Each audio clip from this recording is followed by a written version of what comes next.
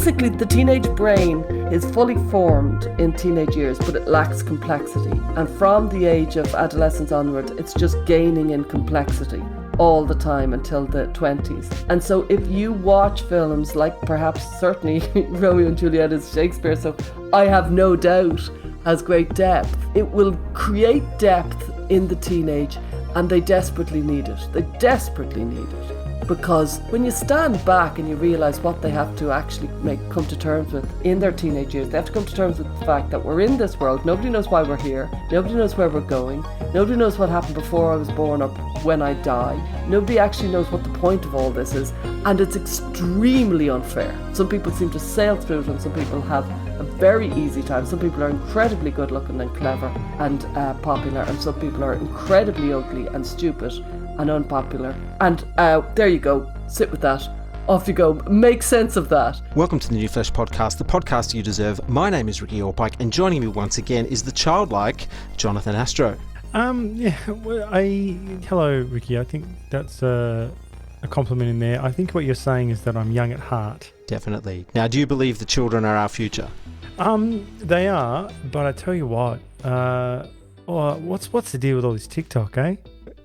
You know, you don't sound young at heart when you say it like that. No, yeah, but come on, there's a lot of shake and buns. I hear a lot of talk. When we'll get into this with our guest, Stella O'Malley, but I hear a lot of talk about these digital natives and how they're changing the world, and all I see is shaking buns and pranks and stuff. So anyway, I don't know what to do with that, Ricky. No, we need help. We do need help. So.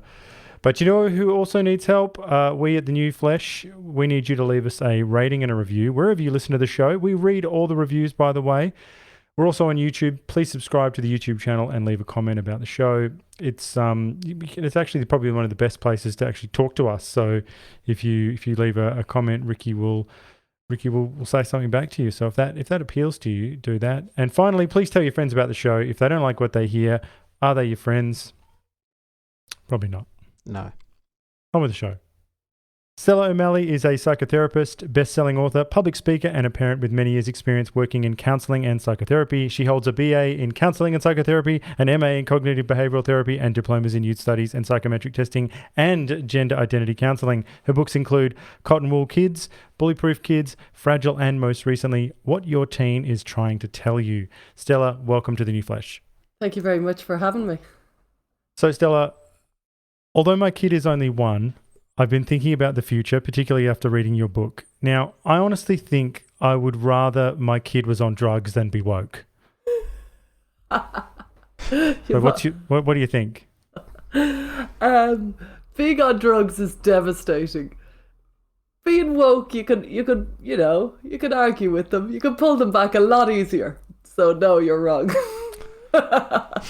That's why we've got you on here. That's very, very good advice, because sometimes it feels like the wokery is worse, but now that you put it like that, I think you're right.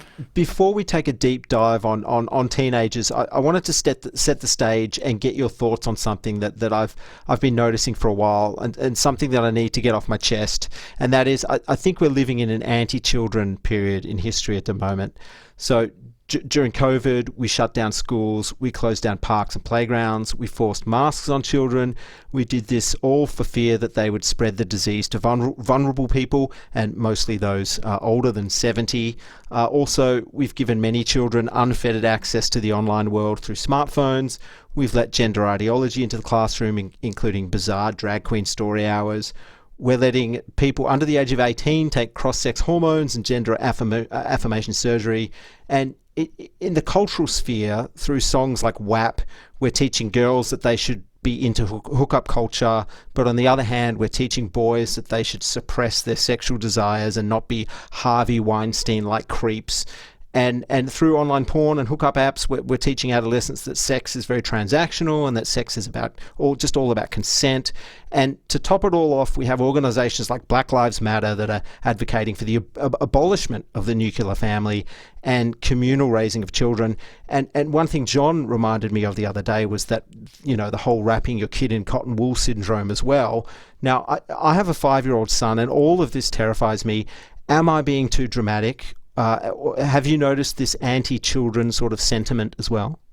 There's a lot to say. I think, personally, I think there's an anti-family sentiment, that it's very much anti-family, and there is a kind of a vibe of children being little adults, and that children have this kind of ability to kind of lead the way and make decisions that frankly gives no acknowledgement to the fact that their brains aren't formed, they have very little experience, they have very little complex understanding.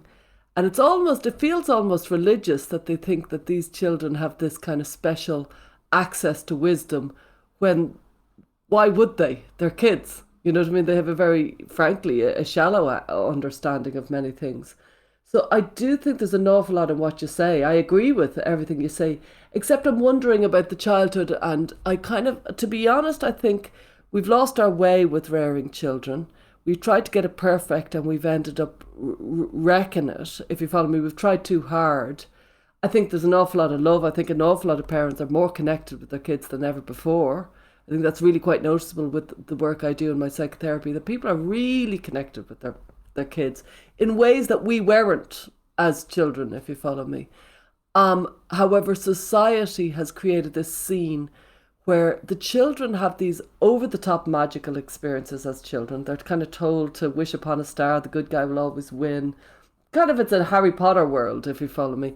They're led into this, pretend magical reality. And then they get walloped into cruel reality when they hit adolescence. And they're hitting adolescence. They're being led to hit adolescence a good deal earlier, because the hypersexualization of children. So they have these short, magical, ridiculous childhoods that they have everything. They're very much wrapped in cotton wool.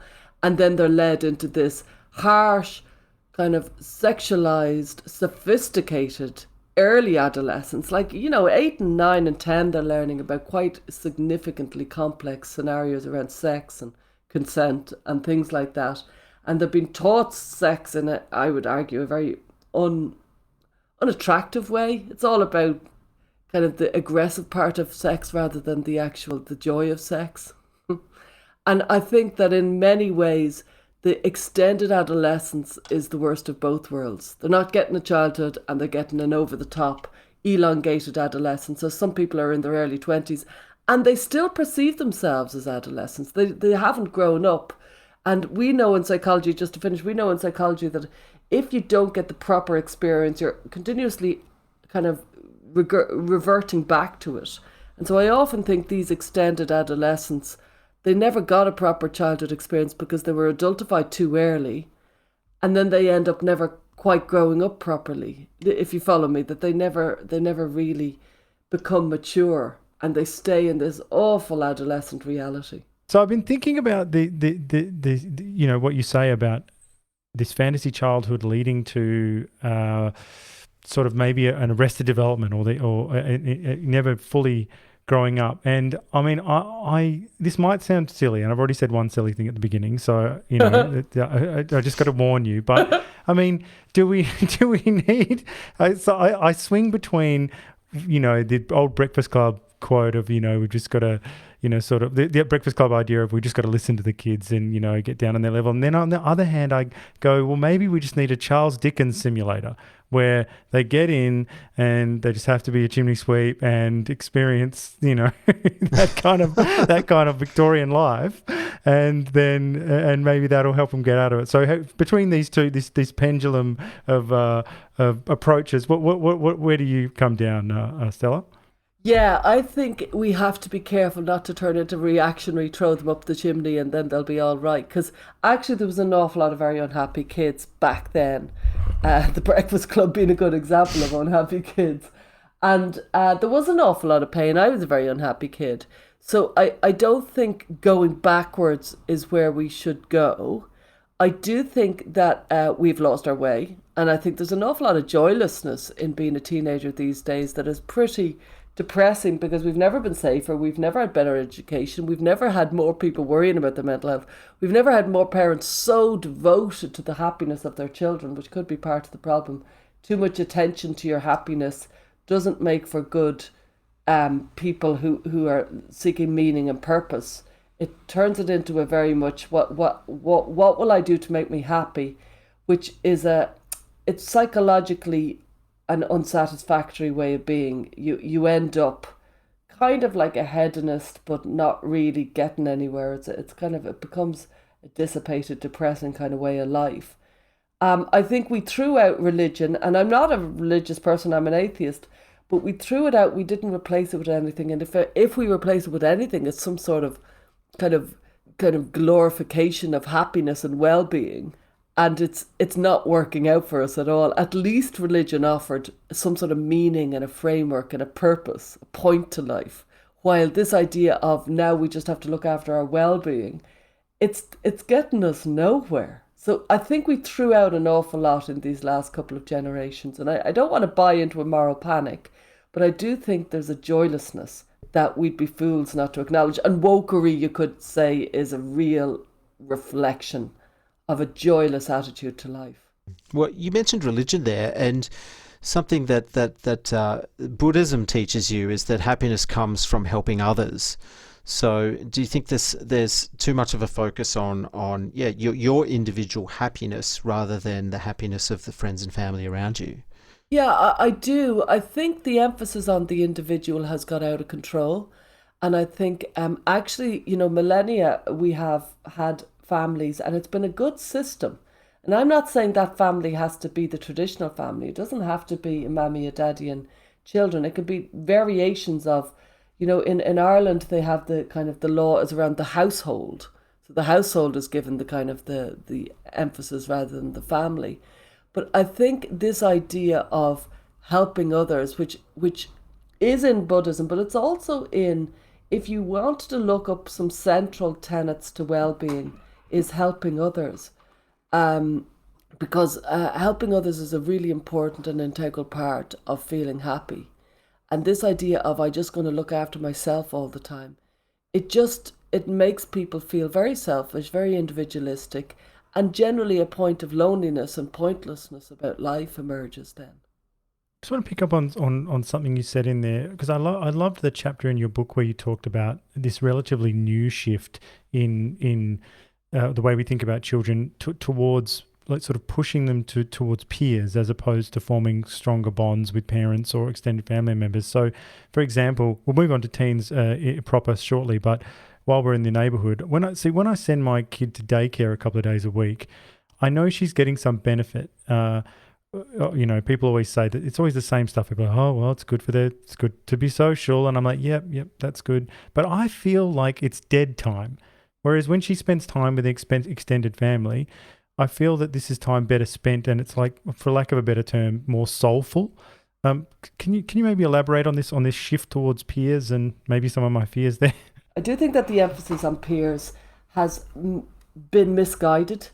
I think I get it because so many of us kind of come from places where our families didn't give us any sustenance, and so then we turned to our peers. They were better, but then we've lost something in the depth of families. And I think this is something that we have to be kind of careful not to throw the baby out with the bathwater. I think that the transient nature of our lives, we're moving for work, we're kind of moving on a whim because of various different reasons. And the idea of actually staying in one place for life is really reduced. And so we have not got the depth of knowledge. Let's say where I come from in Ireland, people used to know you, and they knew your grandparents, and they knew your aunties and uncles, and they knew kind of generations. And that gives a depth of knowledge, so that when they see the 12-year-old, they know everything about that 12-year-old. And when, let's say, the 18-year-old was introduced to somebody, they knew their whole they used to call it the seed and the breed. They knew the whole person from a very kind of deep level. Now, that can be very confining, because it's like you're an Egan, you're not going to behave like this. You're an O'Malley, you're not going to behave like this. So it can be very confining, but there was richness in it. There was a depth of knowledge, and there was a sturdiness to people's roots. They knew where they came from. They knew kind of what was kind of the type of their family. And so if they were odd in a certain way, there was often an affectionate well, we're all very small, or we all have a kind of a funny stroke in us, if you follow me. There's different kind of ways. So we've left all that behind. So now people are very individualistic. They might come from a family, let's say, of one sibling and two parents, and that family might fall asunder with divorce. The loneliness and the kind of individualistic kind of, I'm on my own in this world and there's nobody who really knows me, nobody who knows me on any depth, can be very frightening. It's very freeing, but it's also very frightening. And I think we're seeing that in the amount of anxiety that there is. Well, before we dive any deeper into teenage issues, maybe you could give us a definition of what adolescence is. Yeah, well, adolescence is the kind of extraordinary, as Carl Pickard, the psychologist, said, adolescence is there to break the spell of childhood. And it's the passage we all have to go through to go from being a child who lives in a kind of unrealistic and innocent world to being an adult who lives in the bitter pill of reality. And it's anything from between 10 and 20. And there's loads of different definitions that make it just the teenage years and just the maybe from 12 to 20, or it's just pubescence. So there's lots of different people's versions of it. I believe it's between 10 and 20, and I don't think we really know how to handle it. I think especially around sex, I think we're very uneasy about how do we handle the fact that between 10 and 20, children going from unsexual beings to sexual beings. And there's a sexual awakening that happens, and we don't know what to do with it. We don't know, we just look away because we're so kind of uneasy about having anything to do with it. So it's a strange time. And in that, a huge amount of really big truths come into the adolescent where they realise the good guy doesn't win. Bullies are often good looking and popular, and they're often have an easy life. Some people have really easy lives. Life isn't fair. Some people have really unconscionably difficult lives. And actually, this is the unreality we're being offered. There's nothing else. So it's kind of horrifying that we teach them such like rubbish in childhood, that it's all magical and wish upon a star, and then it's so horrifically difficult in adolescence. No wonder many of them find teenage years difficult, because it's like, this is awful. There's homeless people and we can't even help them. Like, this is really bad. It's so far removed from what they'd learned when they were 10. And that I think is something that's kind of happened inadvertently, because before, children weren't given such a magical childhood, and so therefore the drop into reality wasn't so harsh. And as a result, I think the adolescents today, they don't have religion, they don't have a kind of framework of, oh well, this is a veil of tears and one day we'll have God's reward. They don't have any of that. Instead, they've been told, yeah, this is the bitter pill of reality, there is no solutions, get on with it, you've had a great childhood, you're very lucky. I don't think that's good. I think that's really difficult, in fairness to them. Well, one thing that I think we also do is if you say take climate change as an example, like we've put the future sort of existence of the planet on the shoulders of young people as well. We're telling them that, some people are telling them that the world is going to, end in, depending on who you talk to, anywhere between 5 and 50 years or so, unless climate change is dealt with. I mean, I feel like sometimes we lump things on their shoulders that they have no control over. Yeah, I think it's a kind of a case of we don't have a lot of problems.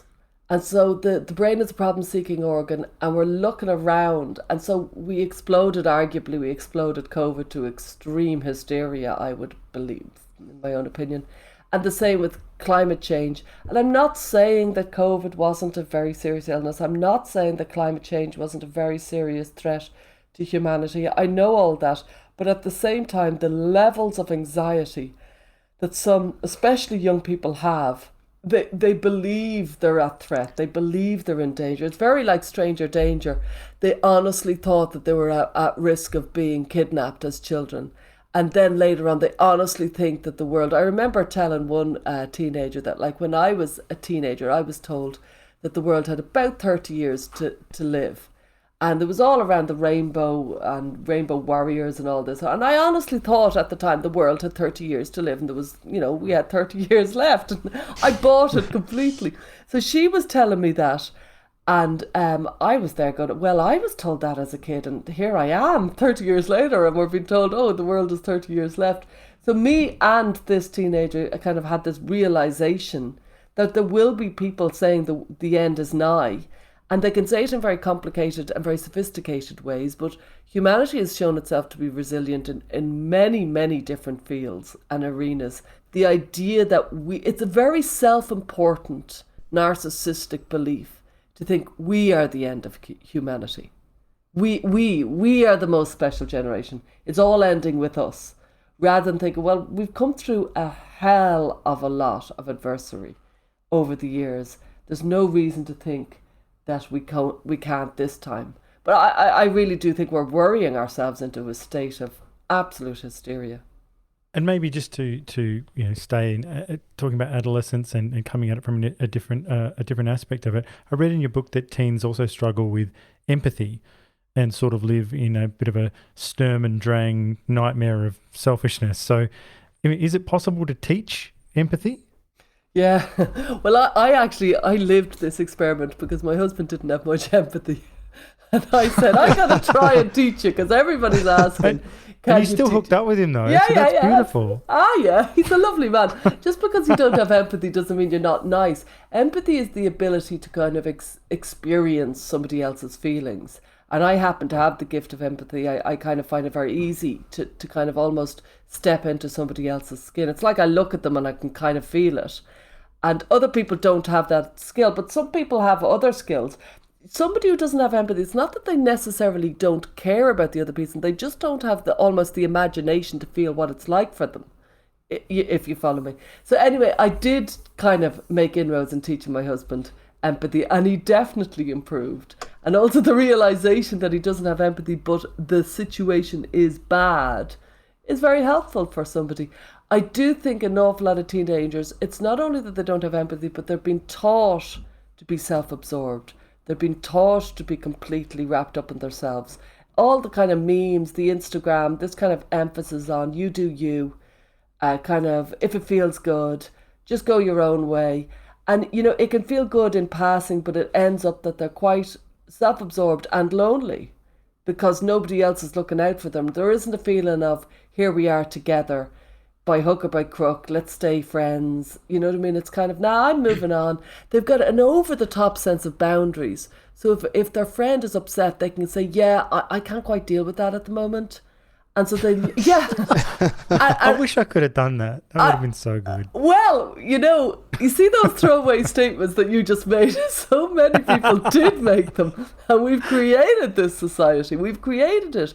And then I've realized, genuinely, our generation have heralded in this generation of teenagers who are like, yeah, I don't feel equipped for dealing with it.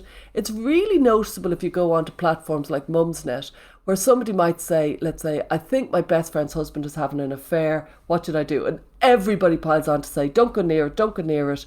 Go to a professional, let her go to the professionals, don't go near it. And it's like, oh my God. Whatever happened to kind of caring about your friend? There's a lot less emphasis on that and a lot more emphasis on individualism. And I think we're losing so much with that. I really do. Well, some of the worst people I've met in my life are actors. But I have heard... Where's this going, Ricky? Stay with me.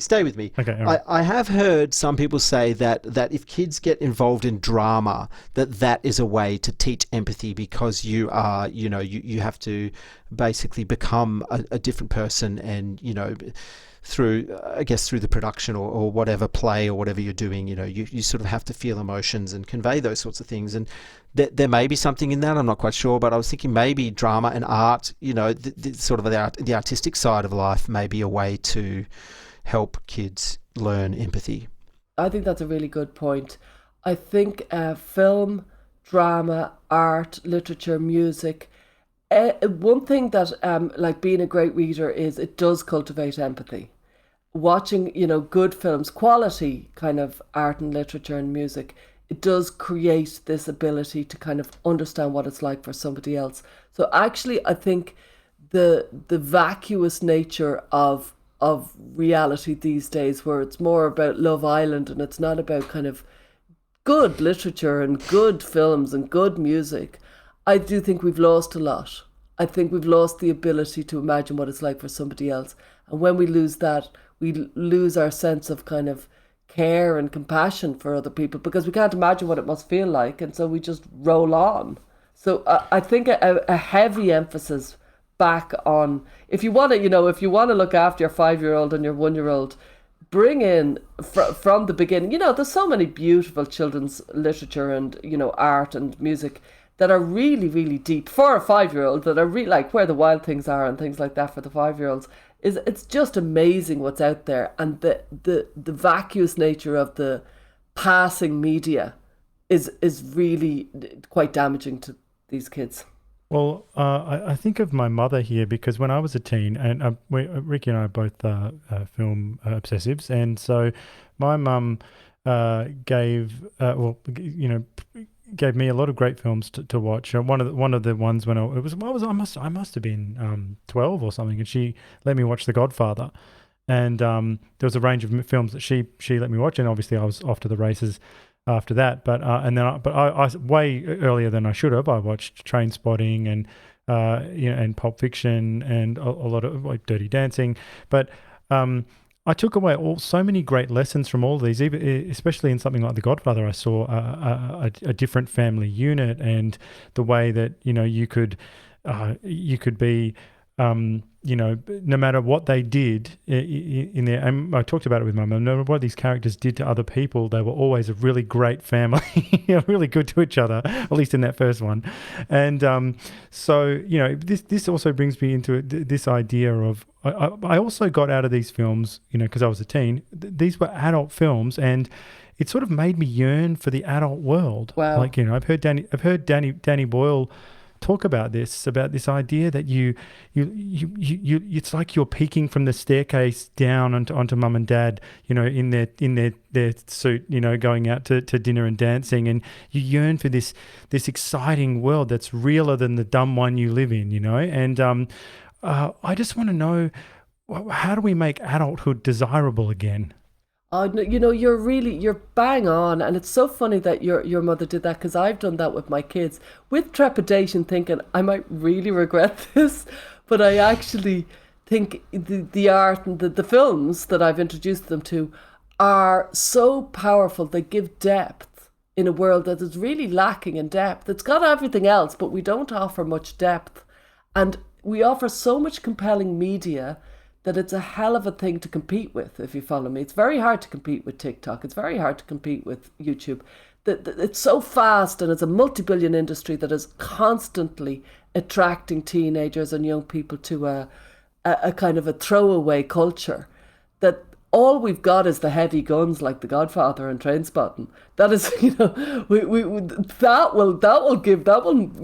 will turn the teenager's head. And so often in my counselling, I've not only recommended, but I've gone to the bother of finding the link and sending teenagers that I work with good, strong films, like Once Were Warriors, and, like heavy films that remind them, like, wow, there are other people who are experiencing really serious lives. And it gives them a kind of feeling in touch with humanity, feeling in touch with the kind of universality of the human experience. And I think that has so much richness and weight to it, that it really, really matters that we do it. I agree with your mother. I think it's great, but I think I've lost the thread of the question. But anyway. No.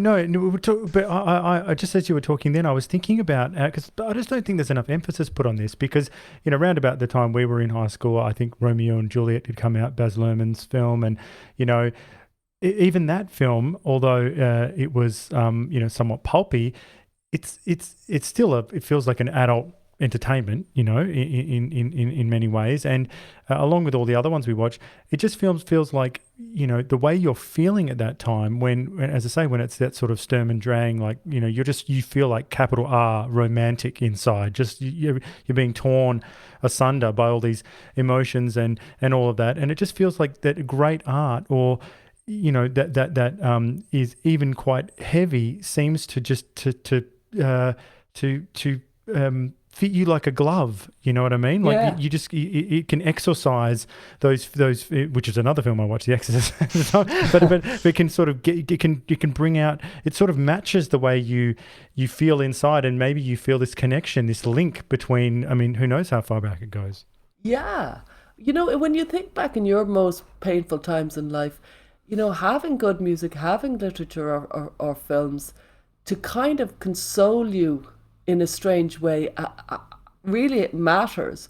I haven't shown my kids Romeo and Juliet, Baz Luhrmann's Romeo and Juliet. I must watch it. Is it very good? Because I do think basically the teenage brain is fully formed in teenage years, but it lacks complexity. And from the age of adolescence onward, it's just gaining in complexity all the time until the 20s. And so if you watch films like perhaps certainly Romeo and Juliet is Shakespeare, so I have no doubt has great depth, it will create depth in the teenage, and they desperately need it. They desperately need it. Because how do you make sense of this when you stand back and you realize what they have to actually come to terms with in their teenage years? They have to come to terms with the fact that we're in this world. Nobody knows why we're here. Nobody knows where we're going. Nobody knows what happened before I was born or when I die. Nobody actually knows what the point of all this is. And it's extremely unfair. Some people seem to sail through it, and some people have a very easy time. Some people are incredibly good looking and clever and popular, and some people are incredibly ugly and stupid and unpopular. And there you go, sit with that, off you go, make sense of that. And like I say before, they had, at least they could turn to religion and say, well, God has a plan. Now they don't have that, but they do have literature, art, film. And in fairness, this does seem to be the golden age of television. There's so many brilliant stuff on. So if we can turn our teenagers onto anything that has got weight and depth, I think they'll really significantly benefit from it. I just thought of 100 things from that Baz Luhrmann's Romeo and Juliet that was so influential. You know, I mean, most millennials. My wife is a huge fan. All girls fell in love with Leo when he was beautiful, and I was obsessed with Claire Danes. But just the story, the way it gets you, just one tiny thing at the beginning, the idea that Romeo's got a girlfriend that he's obsessed with, Rosaline, right? And then we never meet her, and then he falls in love with Juliet, and just that simple thing where you think about it, you go, wait, so this idea that you can feel something about someone and then move on so quickly, maybe that's part of being a teen, you know? Like that's just one of a million things. Like, you know, you can say, oh, you know how Romeo like moaned on and wrote this poetry about Rosaline, and then his hassling his friends are all hassling him about it and everything, and then so there's a million discussions. I mean, let alone all the language. Mine only love sprung from mine only hate, or you know, just the ending, and the ending they changed the ending a little bit where they get to sort of see each other before they die, and just that feeling of that's how it feels. That's it. That's life. Romeo and Juliet has not only that kind of insane love that can take over a teenager that they will kill for it. It has suicide. It has kind of crazy losing your way in life. It has it all, if you follow me. So, you know, at least Shakespeare certainly had it, and other generations had access to these they mightn't have had connections with their parents. They mightn't have had counsellors. They mightn't have had teachers who gave a damn about them, but they were offered richness and depth, while this generation aren't offered that. They're offered everything else. They're offered a lot of kind of surface level pleasantness, but very little depth that can make them make sense of, frankly, a very puzzling existence, which is life. One thing I've noticed is that there's a lack of, you know, current rock and punk music and a sort of aggressive music that we would have got into as teens growing up, but also there's not a sort of a common like music experience in terms of like this was your era of music, you know what I mean? Like, because I think now, because of apps like Spotify and YouTube Music, like the kids now have access to the entire history of music. Yeah. And I wonder if that has a bit of a effect on them, that they don't have this sort of common music that they can call their own. And there's nothing. I'm not seeing anything very rebellious or or something that gives kids sort of an aggressive outlet musically anymore. Yeah, or rebellious. Yeah, you're so right. There isn't the common shared experience. It's not so easily accessible. Things go viral, but they last 24 hours, if you follow me. While remember when you were a teenager and you met somebody who also liked your favorite singer, and the kind of power of connect. Oh, do you like them too? And you know what I mean? And talking about different albums, the concept of an album and the depth of kind of experience of loving an album, falling in love with an album. And it takes some time to fall in love with an album, get to know all the songs, all the lyrics, all that. That is gone. Now, in fairness, I do think that, I was born in 1974. I do think I lived in the golden age of music, that the music was phenomenal. From, maybe the 50s, 60s onwards, there was an extraordinary period for a few decades. I don't think we are in that golden period, but I do think we're in the golden period of film. I do think that that even very young children are being offered really powerful film experiences. Now, we're also in the golden age of social media where it's just quick clips. And the golden age of TikTok. Yeah, which really... Shaking your butt on TikTok. Twerking, So there's a terrible kind of challenge that never existed before. But, I do think, humanity has continuously found whatever the culture is and made art out of it. And so we might hark back to music. And in a way, I think these days, the artists of today, they'll find it in art and film and cameras and visuals, that they will see depth in that and they will move with that. I kind of think we got music, they got film, if you follow me. And, I think they're both very powerful. Well, seeing as we're in sort of the realm of technology at the moment, I have an interest in how kids are using technology. And, I always keep my eye out when I see groups of young people. And just the other day I was stopped at a red light. I was driving around and I looked over to a bus stop to see 10 or so high school boys, all with their heads down, hunched over their smartphones.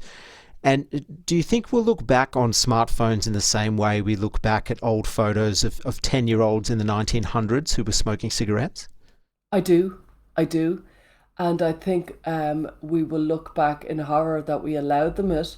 I think, we did play video games as kids, and I don't think you remember your glory days playing videos. I think it's a little bit pointlessness. But I think we did have an awful lot of generations of kids. When I was a kid, you were able to buy cigarettes in singles in the shop around the corner because they understood that kids didn't have money to buy packets of cigarettes. So you could the shop would sell them singly. It's just meeting a market need. Totally. And that would be horrific if that was to happen now, that you could buy cigarettes singly because the kids can only afford single cigarettes. And that's only in, what is that, 30, 40 years ago. So I do think we'll look back and the access that children had to smartphones will be kind of, people will be aghast that they were able to, they had access to kind of brutal bestiality and porn that would make your head fall off at such an early age. I really think that we're going to be, that culturally it won't be acceptable for children to have such free access to such a horrible kind of side of life. And I'm not saying it at all a horrible side, but effectively we've got 11-year-olds playing alongside the red light district, and sometimes they fall in, and they find it very hard to pull back out. They can't come back out because it's very compelling. It's almost like watching continuous compelling car crashes, and they keep on going back to it, and they're way out of their depth very quickly. Yeah, you mentioned video games. I remember thinking back to my time, and of course this is sort of the kind of video games we had were Space Invaders. Yes, well, they're a little bit more advanced than Space Invaders. I'm not that old, although joking. Those sorts of games existed, like Quake and Dune and those sorts of Sims, that sort of thing. But I just always remember when you'd complete a game like that, because it would take you hours or sometimes even days to complete. There was a hollowness inside of you, that you'd feel like what now, and I think back on my childhood, and I don't think fondly of my video game time, but I do of, say, other things like playing basketball. I was a big basketball fan, and outdoorsy sorts of things with friends. So I don't know what your experience is with kids. I think that's really valuable what you've just said, because that hollowness, that emptiness, that's really, really common experience among teenagers, and more so these days. Even like if they're online, let's say social media, it's very akin to that hollowness. You're on it for 6 hours and then you look up and think, God, I did nothing today. You don't feel any sense, even if you did go through the kind of, the levels and you ended up on gaming and you went through something, you do feel like you've wasted, you don't feel a sense of connection with the world. And that sense of connection, if us three were meeting in person today, we'd walk away quite nourished. Now, it does require vulnerability to be connected with somebody. And so if us three were meeting and it didn't go well, we'd all be a little bit rattled and distressed for the day. So that can happen. But if we met in person and we connected, which we seem to be doing, I think we'd walk away feeling kind of good about life, a bit more stronger about life, a bit more kind of reminding ourselves we can handle life and there's lots of lovely people out there. The fact that we're meeting on Zoom, it's just not as warm, it's not as connected, it lacks. And we all found that out over COVID. Oh, you can have, coffee with your friends over Zoom, and it was awful. And I think I did it maybe once. Yeah. Awful.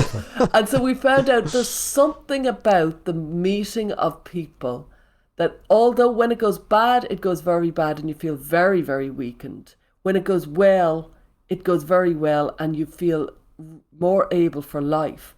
People who fall into their phones, and they're falling into their phones in droves. It's not as if it's just the few teenagers. All the teenagers are falling into their phones. So they're all that little bit more lonely. They're all that little bit more disconnected. They're all that much more reluctant to hang out. So many teenagers I work with, they don't want to meet their friends in real life. They're like, no, I prefer to meet them online, because they feel less vulnerable. They feel less exposed. They feel less likely to feel kind of awkward and a bit kind of socially kind of inept. And instead they're like, no, I'll be a razzmatazz, I'll be sophisticated, I'll be kind of full of gags online, it'll be great.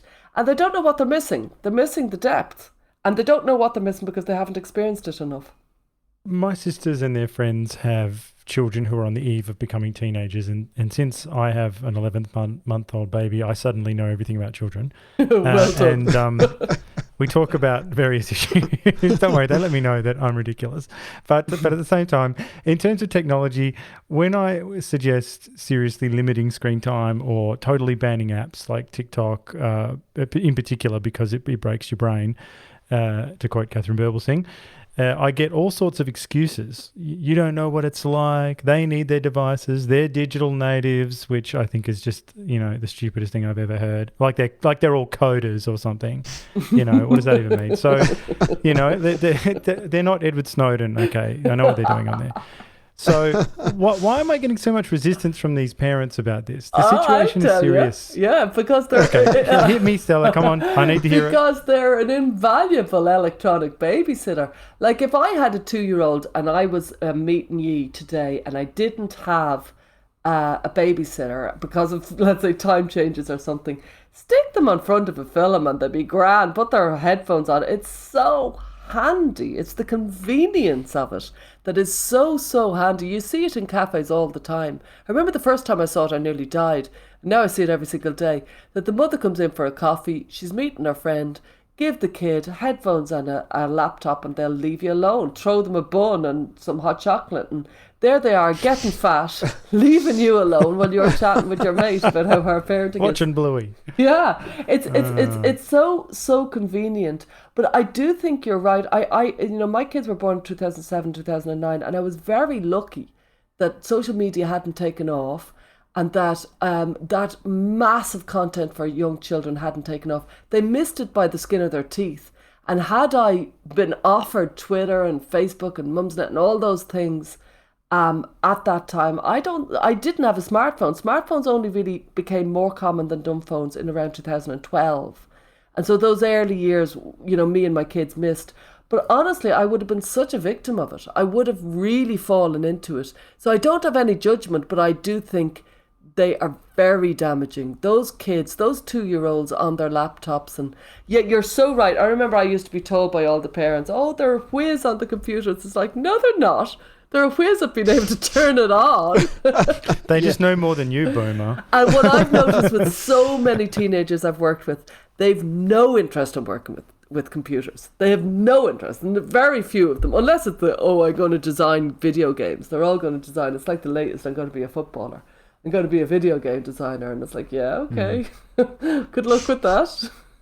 Well, it's going back to that thing where we were saying, like the adult world used to be something that was enticing for young people. Or like if you went out to say a restaurant or cafe, like and this was pre-smartphone or pre-tablet or whatever, like you just had to be part of that adult world, and if you misbehaved, then you didn't get to come out again the next time, and this was almost like an induction into the adult world that we're missing. I mean, do you think that's true? I think that's very true. I think before I go into that, but because we do have to sell adulthood to teenagers, or else they won't want to grow up, and they don't want to grow up. It's very noticeable how many of them want to stay childish. But I just want to point out the other people the kids who don't want to be video game designers, they want to be social media influencers. And anybody who knows a social media influencer, they live in a very fake life. They're kind of taking a photo of their lunch, smiling, and then they go into kind of depression because they're not eating any of it because they've got an eating disorder. So it's really, really noticeable how fake and vacuous the jobs that they want to be, which is the influencer, is. But to go back onto that, to talk about the adult, these kids very often, for the first time ever, this is the first generation that can't quite expect to be more wealthy than their parents. And this has never happened before. Every other generation, as far as we know, in history, presumed that they would be a little bit better off than their parents.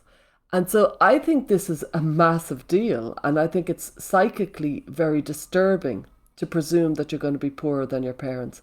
It's never happened before. The whole point about civilization is that we're having babies because it's getting better. That's what we're living on this presumption that life is getting better. And that's why we have babies, because where there's life, there's hope.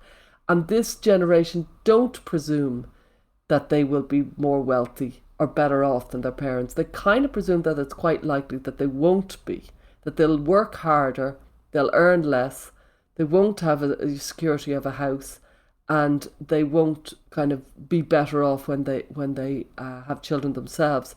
It's a very psychically disturbing notion, and an awful lot of teenagers are notably not wanting to be adults. They just see admin, pressure, stress. They don't see there's any buy-in. They've already been devastated by the disappointment of adolescence. So they just think, I don't want to move out. I want to stay a child. I don't want a job. I don't want this stressy life that isn't being sold to me, that has been kind of shown to me as to be horrible. I remember when I had my first bank account. It was a post office account. I went down with my mother and we had to sign on the dotted line. I remember signing my name. I was about 8 and I remember feeling so powerful. I had my own money. It was just going to be so cool. And I'd go into the post office and take out 50p, and I thought I was Gordon Gekko. It was a real feeling of power, and it was enjoyable. And then I remember watching my children and helping my children try to open a credit union account. And it was like this draining, monotonous, relentless, admin, bureaucratic nightmare, where by the end of it, my kids had lost all interest in having an account. There was no feeling of power. It was just like, we have to go back in and show more proof of address and proof of ID. Yeah. They actually knew me. I live across the road from the credit union, so it was all a sham. And it was a real indication of, well, no wonder the teenagers don't want to grow up. They just see it as a bureaucratic nightmare. And frankly, in this world of passwords and ID and further ID and all this, it is a bureaucratic nightmare for a lot of them. So it's a real issue that we need to deal with. So there's another issue you cover in your book. Now, this is another case study I have from you. So for you, a colleague told me about her daughter, good student, maybe, I don't know, year 11, I think, on track to do really well. I've met her, actually. She's very personable. Now, the parent told me that this kid will not get up and go to school. Sometimes not until 11 a.m. or something like that, maybe even beyond. This was last year or so. So the mother said she'd had all the arguments and she'd sort of given up and just left it in the balls in her court or something like that. Now, Stella, I find this totally outrageous. This is just like, I heard this story and I was like, I was not the school valedictorian, but I showed up every day. It just simply would not have occurred to me not to. And I turned up if I was sick, if I was whatever. So what's going on with this girl? Well, she is not alone. School refusal is really common. It's really common. One of the reasons I wrote this book is to kind of break the taboo of the kind of secret problems so many parents were facing because they thought they were alone in their child refusing to go to school. It's really, really common. And very often children go to school as well and then they leave school and they leave early because they just can't handle it. And very often children go in late, like the girl you've just described, she goes in at 11 or whatever, and they leave when they want. It's part of this child-led world where we moved from being child-centered to being child-led. And the kid says, it's better for me, it's better for my mental health, effectively, implicitly. They mightn't be saying those words, but they're pretty much saying them. But there comes a time, I know you've both got parents, you're both parents of young children. There comes a time at around about 12 or 13 where you realise you've no real control over the child. If the child decides they don't want to go to school, you cannot do anything about that. You can drag them into the school and they can walk back out. You can drag so many kids. I remember one mother saying that the child didn't go to secondary school. They did one day in the entire this is not a lie. It's 5 years. Yeah, one day. And basically after a year they gave up. And they let him homeschool himself. And he did homeschool himself and he did well. That wasn't the point. He wouldn't go into school. So one day he went in. And the thing is, they told me the whole sorry story of going up, driving up, he wouldn't get out of the car, driving up again, he wouldn't get out of the car, getting out of the car and walking straight back home, getting out of the car and not going anywhere near the school or the house, just never going to school. And there's nothing we can do about that. Back in the day, we had the authority to say, you will do what I say. That is gone. It is completely gone, and that I don't see that coming back. So you have to negotiate with the kid. Will you please go into school? And if they aren't minded to go into school, they won't. And it's happening in very, very commonly in all schools all over the world. Kids are not going to school. This is cross-cultural. Yeah. Kids are not going to school. I don't know if it's happening now. In fairness, I doubt if it's happening in China and Hong Kong. I would say they definitely go to school there. But the more authoritarian cultures won't have any of that, no. But the English-speaking Western world, that without a doubt, this is really rampant. And it's very undisciplined because the kids end up kind of thinking that school is something they can take part in. The schools are rolling with it. They're used to kids not going to school. And everybody's unhappier because they haven't learned the discipline of you get up, you have your breakfast, you go to school, you come back. They haven't learned that discipline. So I don't know what we're going to do about that. I do know it's very, very common. But you can't be the sort of parent who complains about the Gen Z or the millennial at your work who's arsing about and turning up late. You can't do that and then go home and put up with you and put up with your kid who's refusing to go to school. You can't ask. You wouldn't have the right to then say, "Oh, how did this happen? How did this millennial? How did this? Oh, this is outrageous. Oh, these kids don't know what they're doing." You go, "Yeah, okay, all right. You're actually part of the problem." Yeah, but society, you'll probably both get your own kind of crash into reality in the next 10 years when you realize your ability to control your kid is massively reduced compared to your parents' ability to control you. The only kind of control you have over most parents have over teenagers is their phone. That there really isn't anything else that will kind of, if you grounded them, they couldn't care less. You know what I mean? And often they have... They probably like that. Yeah, and often, there's a real issue that all the schools have made the phones integral to their homework. So they need their homework to do it. And so many parents are saying, I'm stepping over the fact that they can't do their homework. I don't care. I need to control something here and I'm going to control the phone. And it's really an issue. They're taking all their homework, they take screenshots on their phone, everything is wrapped up with their phone. And so your ability is massively reduced, massively reduced. And that's not just the woke parents, that's all the parents, because society has created a world where you just don't have very much control, and the teenager has been brought up to believe that their well-being is much more important than any orders from their mammy or their daddy. Okay, do these parents need to form a little power block, like on a grassroots level, and sort of unionize a bit and say, all right, we're all on a unity ticket here. These phones are terrible. Let's go to the teacher and say, stop. Well, actually, I think my sister did this because they got the kids' phones and then and they said, oh no, they took off some messaging function, but the kids were still able to do it using some they were able to find a way around it. And so the parents had to all go to the teacher and say, hey mate, like, we actually got to shut this down because they're just messaging each other and I've read the messages and they're not great. Yeah, parents will, and I think this will happen. I think parents do have power. I've seen, schools club together and classroom parents make a decision that nobody's going to get a phone yet. Now, there's always outliers. People always break the rules. It doesn't matter. The culture of the classroom is most of the kids don't have a phone yet. So, yeah, parents definitely have some power in that. And I think they will use it. And I think there will be changes. Just like there became changes and kids aren't smoking now. And it's not acceptable for shops to sell cigarettes in singles. There's going to be an equal, I think, backlash to the parents allowing such easy access. The parents whose teenagers got very badly burnt by, maybe kind of the awful things that they kind of got exposed to, those parents of the younger kids start really coming in very heavy on the phone. And that does give you some sort of power. Well, one of your roles as psychotherapist is gender identity counseling. And I'm fascinated to know how you conduct these sessions, because there are trans advocacy organizations that only want therapists to affirm. But we're also hearing more and more about anti-conversion therapy legislation that governments are putting out. So how can you counsel young people who are confused about gender when there is this whole cultural and in some cases legislative apparatus that's encouraging you just to affirm their feelings? Well, there's a few things about that. Like gender affirmative approach, that's just arrived in the last 10 years. It's unsupported by any sort of long-term evidence.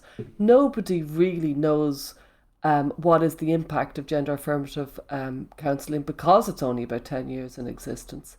And so while in the short term people might say it's very pleasant, because we all know it's very pleasant to be agreed with, because that's what the affirmative approach offers you, it's effectively the nodding dog of therapy, where somebody comes in and whatever they propose, the therapist affirms and confirms and creates a scenario where whatever you say is going to be agreed with. Now, I would argue that would lead to an existential despair and an ache and a loneliness, because when I go to my friend or a therapist and they just agree with everything I say, I want more. I want depth and challenge and thought-provoking conversation. So it wouldn't, frankly, do anything for me. So that is one aspect that I want to point out. And the second would be conversion therapy as a concept has a terrible barbaric history, where people were given electric shock therapy. They were given forced watched porn. They were, corrective rape. It was a disgusting and barbaric practice that was for people who were either gay, lesbian, or bisexual. And it's gone for decades. There's no ethical counselling body in the world that supports these awful barbaric practices. I don't see it as therapy at all. I see it as practices. And it's decades gone. Like, by the 80s, it was gone out with the arc. And there was often kind of residual kind of concepts of a few kind of old homophobes in an organisation. But the general thinking of any sort of forcing somebody to be a different sexual orientation and the belief that this would work has gone out, and it's gone out decades. So suddenly, in the last about 5 or 6 or 8 years, they've expanded the meaning of what is conversion therapy to suddenly include gender identity. Never included it before. And suddenly they've also expanded the meaning of what is conversion therapy to kind of encompass ordinary, exploratory, gentle questioning of a person when you've got, the scented candles and the nice atmosphere, and you're asking them to explore their psyche, and people are trying to kind of appropriate this experience and pretend that it's conversion therapy. It's not appropriate. It's a kind of a new concept. It's a new understanding. These incredibly badly worded bills are being rolled out around the world. And when you look at them, they're so badly worded, it's like they literally don't even make sense, these words. They contradict themselves, the wording of these conversion therapy bans. So they're a mess, an utter mess, brought in by people who seem to have their own kind of ideas about what they're doing. And frankly, an awful lot of virtue signalling politicians are jumping in on the therapeutic experience without an idea of what occurs within therapy. And they're going to, rather than stop this therapy that isn't happening, like, for example, in Ireland, the Minister for Children and Youth, he did a scoping survey to see if there was any conversion therapy happening in the last 20 years in Ireland, and he didn't find any. And so then what he did is he expanded his survey, and he included online anonymous survey. And then he suddenly found it. And he found a 12-year-old who apparently had ECT, electroconvulsive therapy. And it's like, there's no 12-year-old who's getting electroconvulsive therapy in Ireland. It's not happening. It's just not happening. And so people were lying in this survey, and now he believes that there is conversion therapy happening. So something extraordinary has happened in the zeitgeist with gender. We all know it's exploded in the thousands in recent years. And people have broadened the concept of what might be constituted conversion therapy. What has happened is basically therapists don't work in this world, and an awful lot of distressed kids are afraid to go to therapy because they think conversion therapy is going to happen. A real kind of panic and scaremongering has happened, and it's a dreadful, dreadful impact on kind of vulnerable kids. It's a horrible scene. And do you get much heat or blowback for the work you do? I mean, are people picketing out the front of your place, calling you a conversion therapy transphobe or something? No, it's all online. I think the energy of the online activist is stupendous, and the lack of energy in real life is also stupendous. So they're certainly incredibly articulate and vitriolic and intense online, and yet in reality, the physicality of it has been few and far between. And I think that's a reflection of this online world, where people live in an online world, and they're geniuses online, and they have sex online, and they have friendships online, and they don't do anything in reality. And they lose touch with how to live a civilized, decent life. I think it's very sad. Well, Stella, we're very mindful of time here, so we're going to wrap it up soon. And I'd love to have you back to talk more about the trans issue, which is, it's a huge can of worms. There's a whole episode there. But perhaps you might have some practical advice for us or our listeners, if some sort of gender confusion, sweeps through a year group or a peer group at school. Like, what sort of advice do you have for parents in that situation? Well, I think what we spoke about was very interesting in this podcast. I think offering your teenager depth is a real gift. I think, doing as your mom did, which is offering kind of films that will kind of provide a teenager with a sense of the world and a sense of kind of a common thread with humanity is very important. If at all possible, kind of relinquish the reins of their physical world so that they can go into the city and go to the cinema, or they can go to discos, or they can meet their friends. I know they won't find many friends to meet because all the kids are online, but that your kid has physical freedom does suggest that they'll be less likely to be addicted to their phones. And to accept that we're living in a world that's effectively the 1950s of the tobacco world, and an awful lot of people got lung cancer, an awful lot of people got huge distressing illnesses because of cigarettes. Something similar is going to happen here. There's going to be a lot of fallen soldiers, and to kind of see the world and see the cultural landscape for what it is, and realize that if you kind of make your own way and create your own family and try and find like-minded families to meet, you and your kids will be better off. And I accept this isn't easy at all. Well, I'd like to thank you for writing the book, Stella, because it really has given me a lot of tools to work with my nieces and nephews who are reaching this rather scary stage. And, although Ricky and I have had fun, sort of making fun of the parents with teens, we know we're in for a massive fall. so don't worry about that. We are aware of that. Good. But I'll enjoy my hubris for another few minutes. But I would like to give you the final word on this book, what your teen is trying to tell you, and perhaps any about to our listeners, who you think it might be for, who's listening. Yeah, I'm trying to reach the parents of teenagers who feel out of their depth with this world that we're living in and who feel scared. And I'm trying to remind us, honestly, what will survive of us is love. We'll be okay. If you love your kids and you look after them, they'll be okay. But there are challenges. And the more you equip yourself with just a few little bits of information, that's why I make the book very easy. You don't have to read it through. You could just look up communication or look up OCD or look up gaming or porn or whatever and be able to read about that little bit. Then honestly, you don't have to send them off to the therapist. You don't have to get in the professionals. You're good enough as you are. You're the world authority on your children. And honestly, what you've got to offer is as good as what anybody else has. Well, Stella, before we let you go, we do have a final question we ask all of our guests. Now, we're trying to encourage our listeners and encourage ourselves to read more.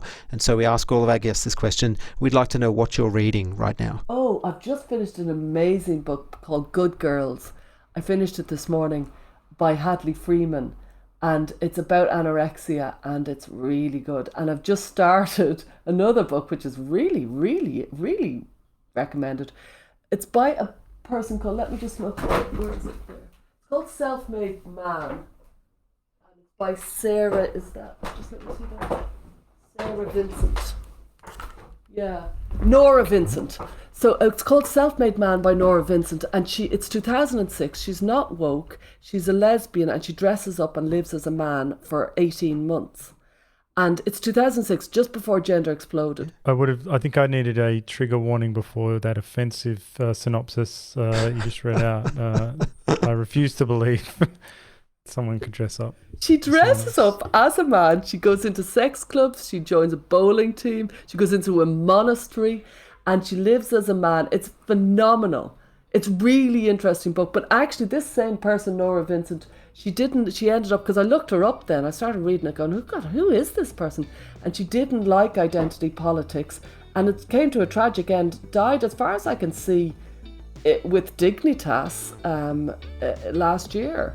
So I don't know very much. Yeah, fascinating. And it was a huge book at the time, 2006, and it's so, what's the word? Unwoke.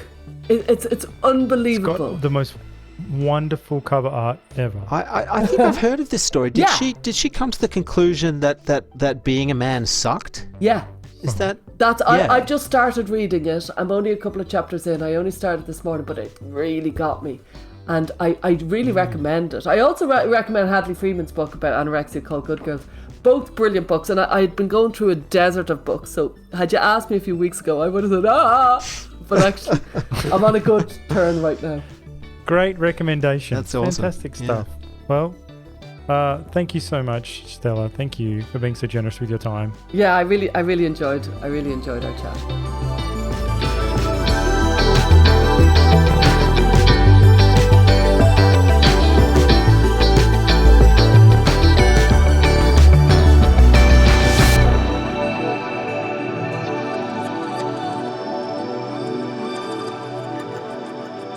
Thank you for listening to the New Flesh podcast. If you like our work, please consider rating us on Apple Podcasts or even writing us a review. It really does help